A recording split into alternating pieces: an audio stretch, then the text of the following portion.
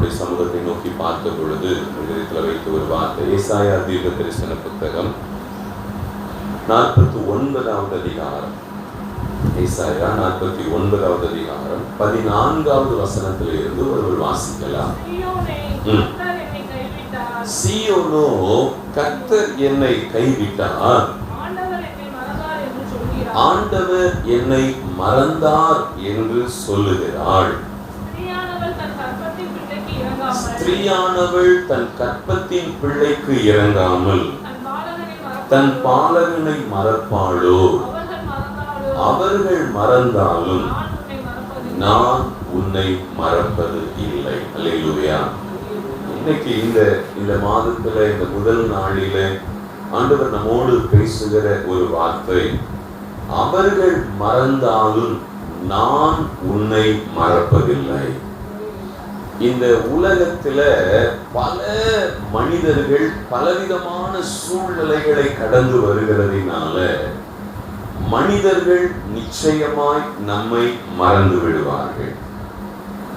ஒருவேளை இந்த வார்த்தைகளை ஆண்டவர் பேசும்போது இந்த வசனத்தை குறித்து தியானித்துக் கொண்டிருந்தது. நான் ஊழியத்துக்கு வந்த அந்த ஆரம்ப நாட்களில 2009 அப்படின்னு நினைக்கிறேன்.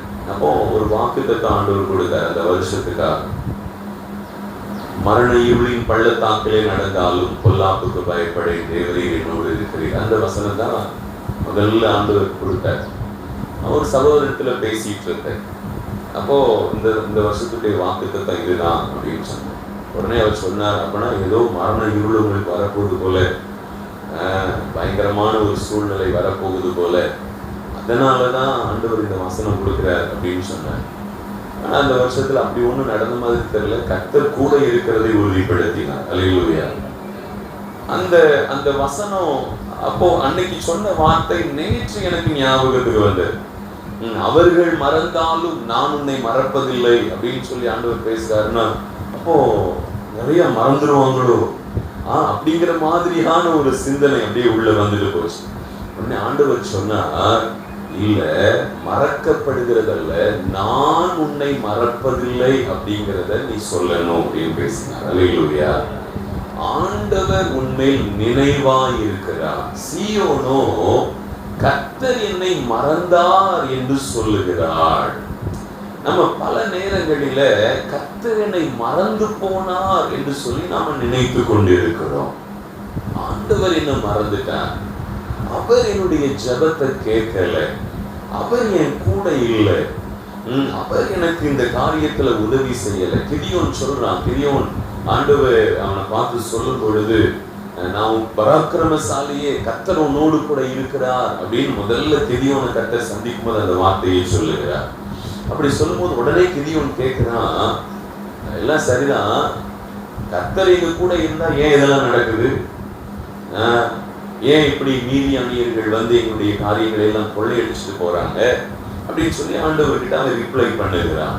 அப்போ பல நேரங்களில பலவிதமான அந்த கொள்ளையடிக்கிற அல்லது மீதியானியர்களுடைய ஆதிக்கங்கள், அமலேக்கியர்களுடைய ஆதிக்கங்கள், இன்னும் பெலிஸ்தியர்களுடைய ஆதிக்கங்கள் நம்ம எல்லைகளுக்குள்ள நெருங்குகிற போது கர்த்தரை மறந்தாரோ என்று சொல்லி நாம நினைக்கிறோம்.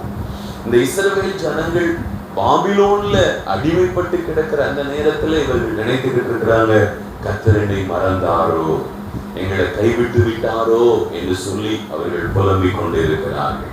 ஆண்டவர் சொன்னார், ஸ்திரீயானவள் தன் கற்பத்தின் பிள்ளைக்கு இறங்காமல் தன் பாலகனை மறப்பாளோ? ஒரு தாய், அதுவும் ஸ்திரீயானவள் பாலகன் என்று சொல்லப்பட்டிருக்கிறார். அந்த பிள்ளைக்கு தன்னுடைய அந்த பால் கொடுக்கிற ஒரு தாய் தன்னுடைய பாலகனை, தன்னுடைய பிள்ளையை, பெற்றெடுத்த பிள்ளையை மறப்பாளோ? அவளே மறந்தாலும் நான் உன்னை மறப்பதில்லை. அல்லேலூயா. நான் உன்னை மறப்பதில்லை. உன்னை குறித்து நான் நினைத்திருக்கிற நினைவுகள் அது நன்மைக்கு ஏதுவாகவே இருக்கிறது என்று கர்த்தர் சொல்லுகிறார். அல்லேலூயா. அது தீமைக்கு ஏதுவானதாக இல்லை, அது நன்மைக்கு ஏதுவாகவே இருக்கிறது. அப்போ அந்த நினைவுகளை அவர் அறிந்திருக்கிறார். உன்னை குறித்து வைத்திருக்கிற நினைவுகளை நான் அறிந்திருக்கிறேன் என்று கர்த்தர் சொல்லுகிறார் எரேமியா தீர்க்கதரிசியின் மூலமாக. அப்போ நம்முடைய வாழ்க்கையினுடைய எல்லைகளில நிறைய விஷயங்கள் மறக்கப்பட்டது போல இருந்திருக்கலாம், நிறைய நன்மைகள் மறக்கப்பட்டது போல இருந்திருக்கலாம், நிறைய சூழ்நிலைகளில இவங்கெல்லாம் நமக்கு உதவி செய்வார்கள் என்று சொல்லி நாம் நினைத்து எதிர்பார்த்து அதுல ஏமாற்றங்களையும் தோல்விகளையும் சந்தித்திருக்கலாம். அல்லேலூயா. ஆண்டவர் சொல்லுகிறார், நான் உன்னை மறப்பதில்லை. உன்னை குறித்து நான் வைத்திருக்கிற நினைவுகள் அது தீமைக்கு ஏதுவானதாக அல்ல, நன்மைக்கு ஏதுவானதாகவே இருக்கும். அப்போ இந்த மாதத்துல தொடர்ந்து வரக்கூடிய நாட்களில ஆண்டவர் நம்ம மேல நினைவு கூர்ந்து நமக்கு செய்யக்கூடிய நன்மைகளை நாம் ருசித்து பார்க்க போகிறோம். வேதத்துல ஒரே ஒரு மனிதனை மாத்திரம் நாம் இதற்கு ஆதாரமாக நாம் தியானித்து நாம் ஜெபித்து கடந்து செல்ல போகிறோம். 1 சாமுவேல் 16வது அதிகாரம். 1 சாமுவேல் 16வது அதிகாரத்திலே முதல் வசனம் சொல்லுகிறது, வாசிக்கலாம். கர்த்தர் சாமுவேலை நோக்கி, இஸ்ரவேலின் மேல் ராஜாவா இராதபடிக்கு நான் புறக்கணித்து தள்ளின சவுலுக்காக நீ எந்த மட்டும் துக்கித்துக் கொண்டிருப்பாய்? நீ உன் கொம்பை தைலத்தினாலே நிரப்பிக் கொண்டு வா. பெத்லகேமியனாகிய ஈசாயினிடத்தில் உன்னை அனுப்புவேன். அவன் குமாரரில் ஒருவனை நான் ராஜாவாக தெரிந்து கொண்டேன் என்றார். அல்லேலூயா. நான் புறக்கணித்து தள்ளின சவுலுக்காக நீ எந்த மட்டும் துக்கித்துக் கொண்டிருப்பாய்? அல்லேலூயா.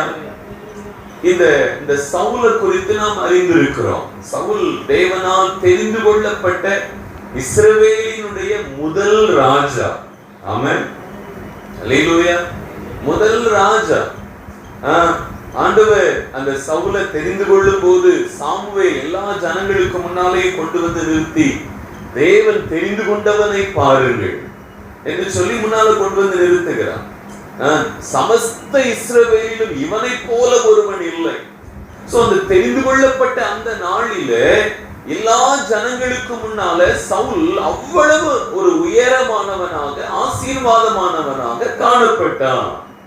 ஆனால் ஆண்டவருடைய சத்தத்திற்கு அவன் செவி கொடாததினால அந்த சவுலை ராஜாவா இராதபடிக்கு தள்ளினார் என்று வேதம் சொல்லுகிறது. அல்லேலூயா. அப்ப கர்த்தர் தள்ளிவிட்ட பிறகு அந்த இடத்துல வேற யாருமே இப்போ இல்லை. வேதத்துல யாரையுமே கர்த்தர் தள்ளினார் என்று சொல்லி எழுதப்படவில்லை, சவுலை தவிர. நான் ராஜாவா இராதபடி தள்ளி புறக்கணித்து தள்ளினேன் என்று சொல்லுகிறார். இந்த சாமுவேலுக்குள்ள பயங்கரமான துக்கம், பலவிதமான சவுலினுடைய காரியங்களை நினைத்து பார்த்து பல நாட்கள் இந்த சவுலுக்காக துக்கித்து அழுது கொண்டிருக்கிறார். எந்த மட்டும் நீ துக்கித்துக் கொண்டிருப்பாய்? எந்த மட்டும் நீ அழுது கொண்டிருப்பாய்? உன்னுடைய கொம்பை தைலத்தினாலே நிரப்பிக் கொண்டு வா. நான் உன்னை ஈசாயினிடத்திற்கு அனுப்ப போகிறேன். ஈசாயின் குமாரரில் ஒருவனை நான் ராஜாவாய் இருக்கும்படிக்கு தெரிந்து கொண்டேன் என்று கர்த்தர் சொல்லுகிறார். அல்லேலூயா. யார் அந்த ஈசாயின் குமாரன்? தாவீது. இந்த தாவீதினுடைய வாழ்க்கையை குறித்து வேதம் என்ன சொல்லுகிறது? அவன் தன்னுடைய வீட்டிலேயே பிறந்ததுல இவன் தான் கடைசி பையன். எல்லாரும் ராணுவத்தில் வேலை பார்த்து கொண்டிருக்கிறார்கள். இந்த தாவீது மாத்திரம் அவனுடைய தகப்பனுடைய ஆடுகளை மேய்க்கிறதற்காக அனுப்பி வைக்கப்பட்டான். எல்லாருக்கும் ராணுவத்துல வேலை கிடைச்சாலும் இவன் மட்டும் சாதாரணமா ஆடுகளை மேய்த்து கொண்டு அவனுடைய வாழ்க்கை நடந்து கொண்டிருக்கிறது.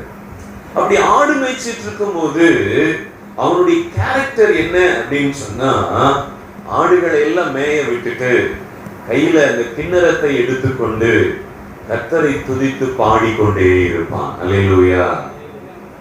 காட்டுக்குள்ள உட்கார்ந்து கர்த்தரை ஆராதித்தவன் இந்த தாவீது. ஆமென். அல்லேலூயா. பல நேரங்களில நாம் காட்டுக்குள்ள உட்கார்ந்து கர்த்தரை ஆராதித்துக் கொண்டிருக்கிறதையும் கர்த்தர் கவனித்து கேட்டுக் கொண்டிருக்கிறார். நம்முடைய படுக்கையில நாம் வடிக்கிற கண்ணீர் யாருக்கும் தெரியக்கூடாது என்று சொல்லி படுக்கையில நாம் வடிக்கிற கண்ணீரையும் கர்த்தர் அறிந்திருக்கிறார். அல்லேலூயா. ஒரு சிலர் இருக்கிறாங்க, யாருக்கும் தெரியக்கூடாதுன்னு பாத்ரூம்ல போய் அழுவாங்க, தண்ணியை திறந்து விட்டு. அப்படிப்பட்ட அந்த அழுகையும் கர்த்தர் அறிந்திருக்கிறார். அல்லேலூயா. எல்லா சூழ்நிலைகளிலேயும் கர்த்தரை ஆராதிக்கிற ஆராதனை, கர்த்தருக்கு கொடுக்கக்கூடிய முக்கியத்துவம், கர்த்தருக்கு கொடுக்கக்கூடிய கனம், கர்த்தருக்கு கொடுக்கக்கூடிய அந்த உண்மை உத்தமம், இதை கர்த்தர் அறிந்திருக்கிறார். ஒருவேளை இதை மனிதர்களுக்கு தெரியாமல் இருக்கலாம், மனிதர்கள் இதை புரிந்து கொள்ளாமல் இருக்கலாம், மனிதர்கள் இதை மறந்து போயிருக்கலாம். இங்கதான் கர்த்தர் சொல்லுகிறார், இதை நான் மறக்கவில்லை. நீ ஆராதித்த ஆராதனையை நான் மறக்கவில்லை.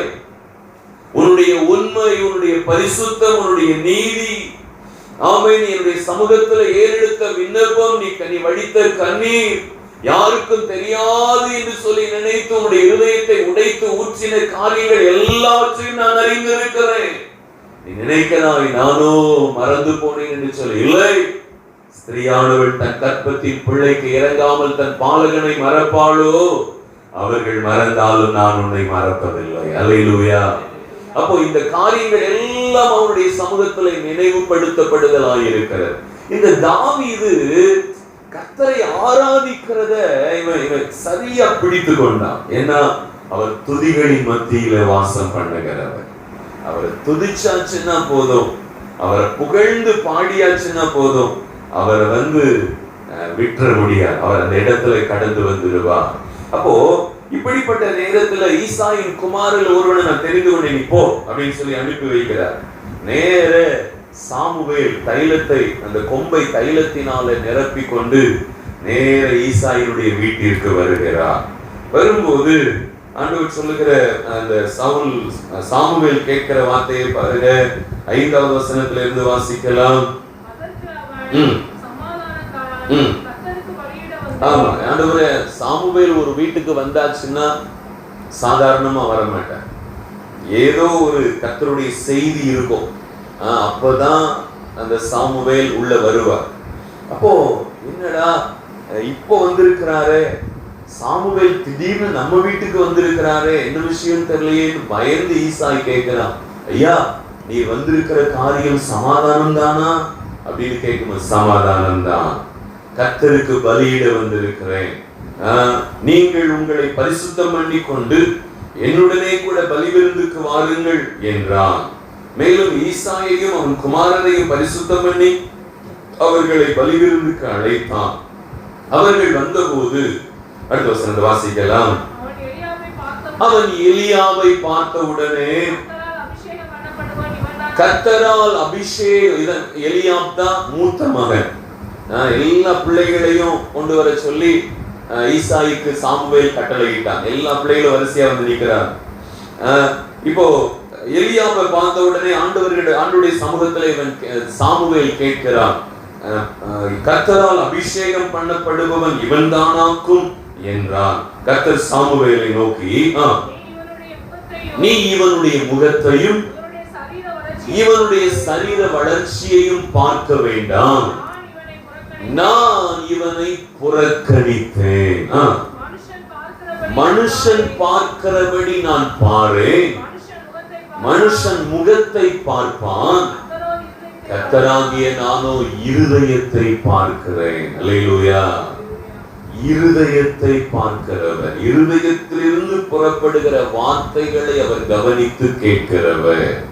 அப்போ எலியாவை குறித்து கேட்ட உடனே ஆண்டவர் சொல்லிட்டார், இல்லப்பா, இவன் இல்ல, நீ மனுஷன் பார்க்கிற விதமா பார்க்கிற, நான் அப்படி பார்க்கிறவர் அல்ல, மனுஷன் முகத்தை பார்ப்பான், நான் இருதயத்தை பார்க்கிறேன். அப்ப அவன் இல்லைன்னு சொன்னே அவனை தள்ளிட்டார். இப்ப 8வது வசனத்துல அடுத்த 2வது அபினதாப் வருகிறான். அபினதாபை பார்த்து அழைத்து அவனை சாமுவேல் முன்பாக கடந்து போக பண்ணினான். அவன் இவனையும் கர்த்தர் தெரிந்து கொள்ளவில்லை என்றான். அதுக்கு பிறகு சம்மாவை கடந்து போக பண்ணினான், இவனையும் கர்த்தர் தெரிந்து கொள்ளவில்லை என்றார். இப்படி ஈசாய் தன் குமாரரில் 7 பேரை சவுலுக்கு முன்பாக கடந்து போக பண்ணினான். அல்லேலூயா. இப்போ வீட்டுல இருக்கிற 7 பிள்ளைகளும் வந்துட்டாங்க. ஆண்டவர் சாமுவேல் கேட்கிறார் பாருங்க. பின்பு சாமுவேல் ஈசாயை பார்த்து, கர்த்தர் இவர்களில் ஒருவனையும் தெரிந்து கொள்ளவில்லை. இப்போ சாமுவேலுக்கு டவுட் ஆயிடுச்சு. 7 பிள்ளைகள் தான் இருக்கிறாங்கன்னு சொல்லிட்டு ஈசாயை அனுப்பி வைக்கிறார். ஆனா ஆண்டவர் என்ன அனுப்பி வச்சது, ஈசாயின் குமாரரில் ஒருவனை நான் தெரிந்து கொண்டேன் என்று சொல்லி அனுப்பி வைக்கிறார். இப்ப சாமுவேல் கேட்கிறார் பாருங்க, கர்த்தரின் இவர்களில் ஒருவனையும் தெரிந்து கொள்ளவில்லை என்று சொல்லி, உன் பிள்ளைகள் இவ்வளவுதானா? அல்லேலூயா. உன் பிள்ளைகள் இவ்வளவுதானா என்று ஈசாயை கேட்டான். அதற்கு அவன், இன்னும் எல்லாருக்கும் இளையவன் ஒருவன் இருக்கிறான், அவன் ஆடுகளை மேய்த்து கொண்டிருக்கிறான். 8 பிள்ளைங்க அப்படிங்கிறதையே ஈசாய் காண்பிக்கவில்லை. தகப்பனால் மறக்கப்பட்ட ஒரு பிள்ளை இந்த தாவீது. அதனாலதான் சங்கீதம் 27வது சங்கீதத்துல தாவீது சொல்லுகிறான், என் தகப்பனும் என் தாயும் என்னை கைவிட்டாலும் கர்த்தர் என்னை சேர்த்துக் கொள்ளுவார். தகப்பனும் தாயும் மறந்தாலும் கூட அவர் என்னை நினைத்திருக்கிறார். அல்லேலூயா. அப்போ இந்த 7 பிள்ளைகளும் கடந்து போயிட்டாங்க. உன் பிள்ளைகள் இவ்வளவுதானா? இன்னொருத்தர் இருக்கிறாங்களா? இன்னொருத்தர் இருக்கிறாங்க, ஆடுகளை மேய்த்துக் கொண்டிருக்கிறான். அப்பொழுது சாமுவேல் ஈசாயை நோக்கி ஆள் அனுப்பி அவனை அழைப்பி, அவன் இங்கே வரும் மட்டும் நான் பந்தி இருக்க மாட்டேன். ஆமென். அல்லேலூயா. அவன் ஆள் அனுப்பி அழைப்பித்தான். அவன் சிவந்த மேனியும் அழகிய கண்களும் நல்ல ரூபம் உள்ளவனாய் இருந்தான். அப்பொழுது கர்த்தர் பேச ஆரம்பிச்சார். இவன் தான், நீ எழுந்து இவனை அபிஷேகம் பண்ணு என்றார். அப்பொழுது சாமுவேல் தைல கொம்பை எடுத்து அவனை அவன் சகோதரர் நடுவிலே அபிஷேகம் பண்ணினார். என் சத்துருக்களுக்கு முன்பாக ஒரு பந்தியை ஆயத்தப்படுத்தி என் தலையை எண்ணெயால் அபிஷேகம் பண்ணுகிறேன், என் பாத்திரம் நிரம்பி வழிகிறது. அல்லேலூயா.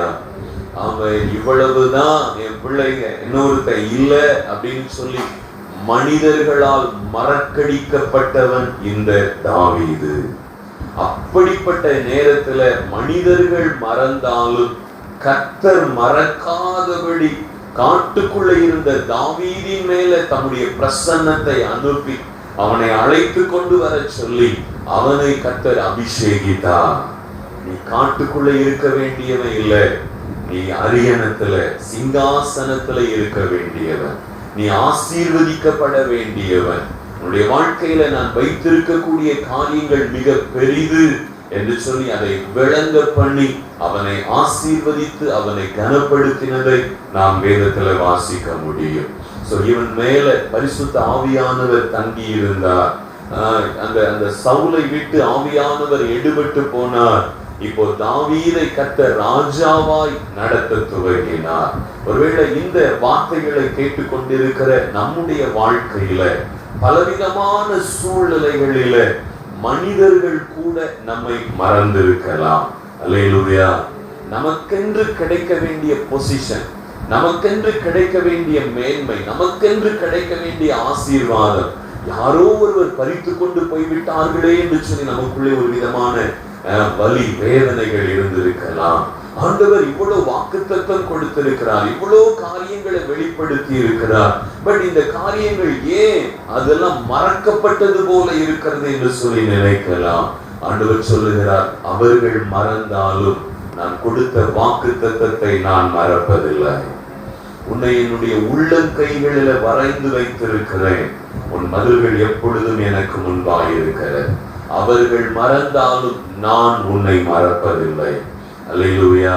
நம்ம இந்த உலகத்தினுடைய சூழ்நிலைகளை நோக்காதபடி இந்த தாவீதை போல கர்த்தரை மாத்திரம் சார்ந்து கொள்ளுவோமே ஆனால், கர்த்தரை மாத்திரம் அவர் நமக்கு முன்பாக வைத்து நிறுத்தி நோக்கி பார்ப்போமே ஆனால், அவர் நமக்காக செய்ய நினைத்திருக்கிற காரியத்தை ஒரு மனிதனாலும் தடை பண்ண முடியாது. அல்லேலூயா. கர்த்தர் நமக்காக கிரியை செய்வார்.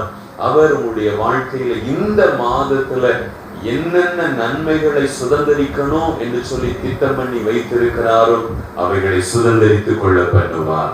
அவரோட மேல நினைவாயிருக்கிறார். அது அது தீமைக்கு ஏதுவானதாக அல்ல, நன்மைக்கு ஏதுவானதாகவே இருக்கிறார். அன்னாளை வேதத்துல நினைவு கூர்ந்தார். அல்லேலூயா. குழந்தை இல்லாத ஒரு அன்னாள், அவ்வளவுதான் முடிஞ்சு போச்சு அப்படின்னு இருந்த அந்த நேரத்துல அவளுடைய கண்ணீரை கர்த்தர் கண்டு அவளுக்கு ஒரு அழகான ஆண் குழந்தையை கொடுத்து அவளுக்கு அந்த அந்த அந்த குழந்தைக்கு பெயர் சாமுவேல்னு பெயரிட்டார். அந்த சாமுவேல் தான் முதல் ஆசாரியன், முதல் தீர்க்கதரிசி. அல்லேலூயா. அந்த அன்னாளினுடைய கண்ணீரை கர்த்தர் கேட்டார். யோசேப்பை கர்த்தர் நினைத்தார்கள். சகோதரர்கள் எல்லாரும் மறந்துட்டாங்க. சொப்பனை எப்படி நிறைவேறுது பார்க்கலான்னு சொல்லி குழிக்குள்ள தூக்கி போட்டு அவ்வளவுதான் காலிபடி எல்லாம் நினைச்சாங்க. எல்லா சூழ்நிலைகளில் அவன் மேல கர்த்தர் நினைவாயிருந்து குறிப்பிட்ட வேளையில கர்த்தர் அவனை உயர்த்தினார். அல்லேலூயா. நிச்சயமாகவே நம்முடைய வாழ்க்கையில அவர் நினைத்திருக்கக்கூடிய நினைவுகள் நிறைவேறும். அதை எந்த மனுஷனும் பறித்து கொண்டு போக முடியாது. அவர் நம்மோடு கூட இருந்து, நம்மோடு கூட இருந்து, உங்களோடு கூட இருந்து அவர் செய்ய நினைத்திருக்கிற காரியம் தடைபடாது. ஸ்திரீயானவள் தன் கர்ப்பத்தின் பிள்ளைக்கு இறங்காமல் தன் பாலகனை மறப்பாளோ? அவர்கள் மறந்தாலும் நான் உன்னை மறப்பதில்லை. உனக்கு கொடுத்த வாக்குத்தத்தத்தை, உனக்கு கொடுத்த தரிசனத்தை, உன்னை குறித்த என்னுடைய திட்டத்தை நான் மறப்பதில்லை என்று கர்த்தர் சொல்லுகிறார். ஜெபிக்கலாமா?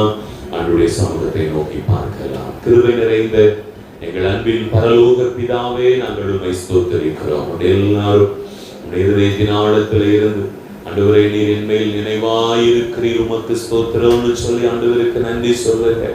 நீர் என் மேல் நினைவாயிருக்கிறீர், நீர் என்னை நினைத்திருக்கிறீர், உமக்கு ஸ்தோத்திரம்.